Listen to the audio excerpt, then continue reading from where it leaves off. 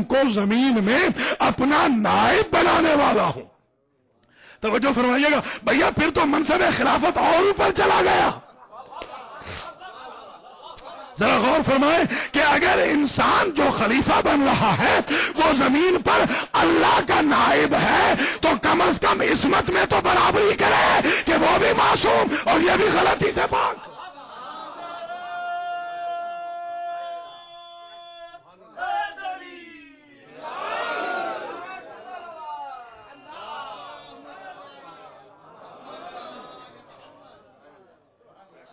انی جاعل، ظاہر ہے اللہ کا ہمسر تو کوئی نہیں، اللہ کا برابر تو کوئی نہیں، استغفر اللہ، مگر یہ تو ضرور ہے کہ کم از کم کوئی ایسی وجہ مشترک تو ہو، کامن ویلیو تو ہو کہ جس میں کہا جا سکے کہ اگر یہ اللہ کا نائب ہے تو کم از کم اللہ کی بے عزتی نہیں کروائے گا، اللہ کی انسلٹ نہیں کروائے گا. ایمان سے بتائیے، اگر اللہ کا نائب بن رہا ہے تو کم از کم وہ تو نائب نہیں ہو سکتا نا جو کل تک اللہ کے مقابل پر بت پرستی کرتا رہا.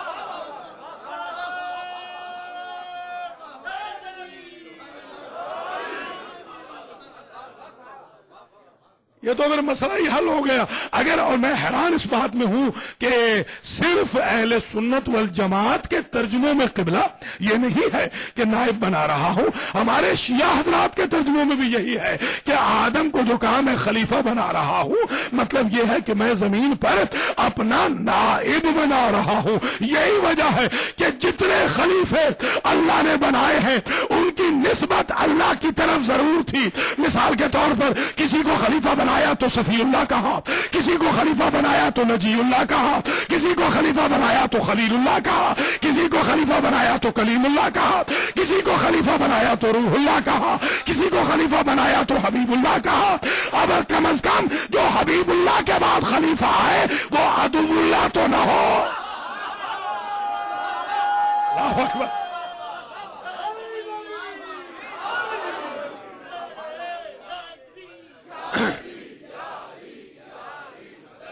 یہاں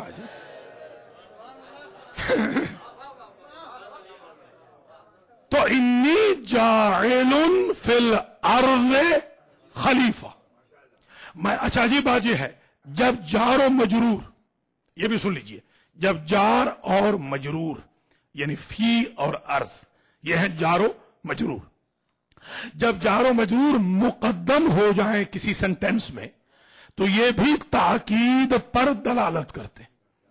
دیکھ رہے ہیں آپ خلافت کو کتنی تاکیدوں میں اللہ لپیٹ رہا ہے. بغیر تاکید کے خلافت کا ذکر ہی نہیں کرتا، ذکر فرماتا ہے تو تاکیدوں کے ساتھ. کہا انی جاعل، میں بنانے والا ہوں، فی الارض، ایکسٹریملی زمین میں. کیا بنانے والا ہوں؟ خلیفہ. اصل بات یہ ہے کہ خلیفہ ہے بروزن ثقیفہ. سمجھے نہیں آپ حضرات؟ یاروں کو غلط فہمی ہو گئی کہ کیونکہ بروزن ثقیفہ ہے ثقیفہ ہی سے خلیفہ بنا لو.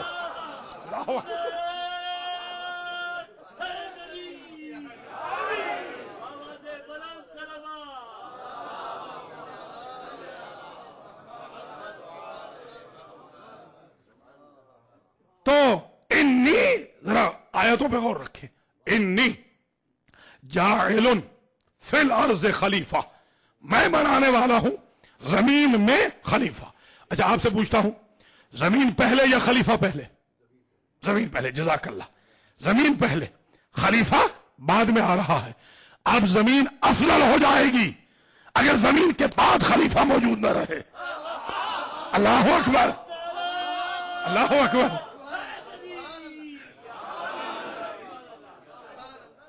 کچھ ملاحظہ فرما رہی ہے؟ اچھا، اس کے فوراً بعد کہا قالو.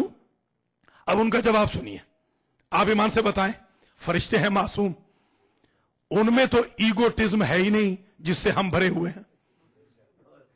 ان میں کہاں ایگوٹزم ہوتا ہے؟ ایگوٹزم نام کی تو شے نہیں، وہ تو معصوم ہے، عصمت ہے ان میں، تو انفلیبل پرسنالٹی ہے. تو پھر وہ کیوں کہہ رہے قالو؟ آگے سے آرگیو کرنے لگے. فرشتے خلافت کے امر میں پہلے خلیفے کے بارے میں آرگیو کرنے لگے. اتجعل فیہا من یفسد فیہا ویسفک الدماء، کیا ایسے کو بنائے گا جو فساد کرے گا زمین میں، جو خون ریزیاں کرے گا. بھیا بن رہا ہے پہلا انسان، انہیں کس نے بتا دیا کہ یہ فساد کرے گا؟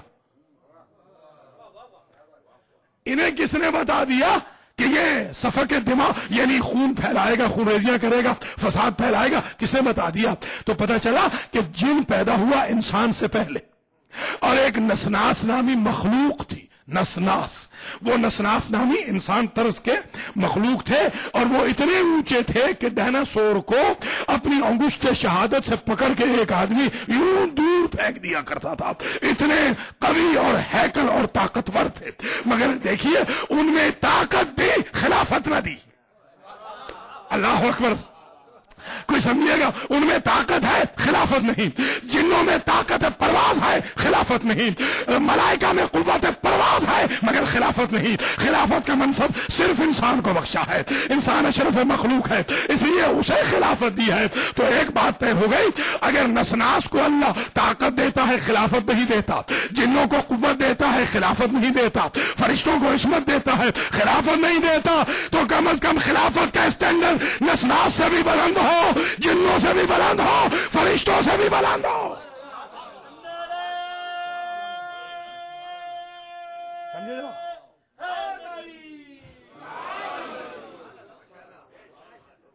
ٹھیک ہے نا؟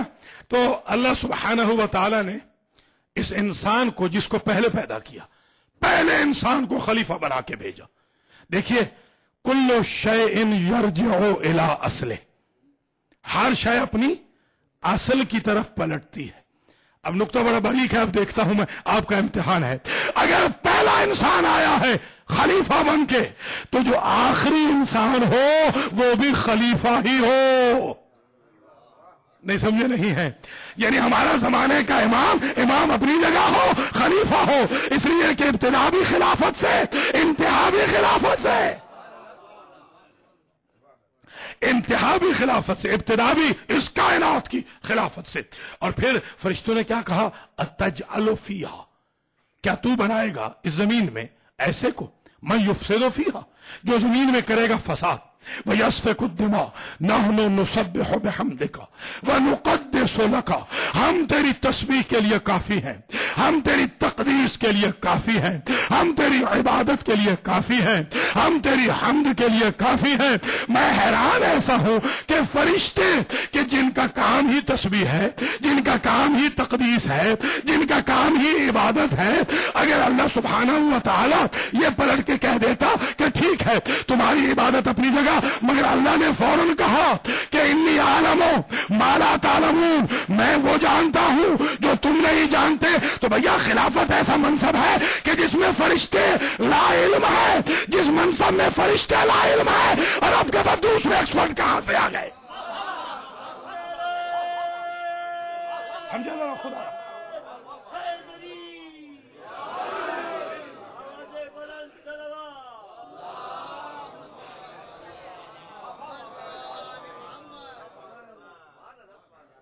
فرشتوں کو اللہ جواب دے رہا ہے. اور میں دوسری بات یہ کہوں کہ فرشتے ظاہر ہے پرانے ہیں خداوند متعال کے ساتھ، انسان تو ابھی آ رہا ہے. تو اللہ سبحانہ و تعالی نے خلافت کے باب میں عمر کی پرواہ ہی نہ کی، فرشتوں کی عمر کی، فرشتوں کی ایج کی پرواہ نہ کی. تو بھیا جب خلافت میں فرشتے کی ایج کوئی معنی نہ رکھتی ہو تو بت پرستوں کی ایج کا کیا اعتبار ہوگا؟ اللہ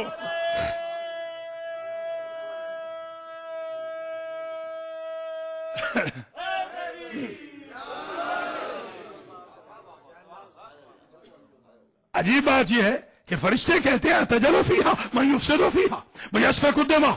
آج ایک بات طے ہو گئی، فرشتہ یہ کہہ کے ہمیں بتا گیا، انسانیت کو درس دے گیا کہ اللہ کا بنایا ہوا خلیفہ فسادی نہیں ہوگا. توجہ رہے، خون نہیں بہائے گا. تو بھیا جن کی تاریخیں بھری پڑی ہیں کہ اتنے مار دیے، 5 لاکھ مار دیے، 5000 ڈیلی شیعان علی قتل کیے، ان کو قاتل لکھو، خلیفہ تو نہ لکھو. خلیفہ نہ فساد کر سکتا ہے نہ قتل کر سکتا ہے.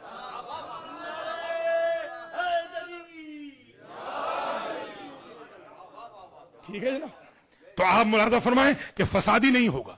اب میں یہ بات عرض کر دوں کہ جو خلیفہ ہے اس کو کسی صورت میں فسادی نہیں ہونا چاہیے. ٹھیک ہے نا. اب ایک آیت اور پڑھتا ہوں, ذرا اس پر خاص توجہ فرما لیجئے. یہ حضرت داؤد علیہ السلام کے بارے میں ہے. اردو میں کہیں گے داؤد اور عربی میں پڑھیں گے داود, تاکہ ذرا اصلاح بھی ہوتی چلے نا. ہاں, حضرت داؤد علیہ السلام جو پیغمبر تھے, صاحب زبور تھے. حضرت سلیمان علیہ السلام جو حاکم تھے, ان کے والد بزرگوار جو صاحب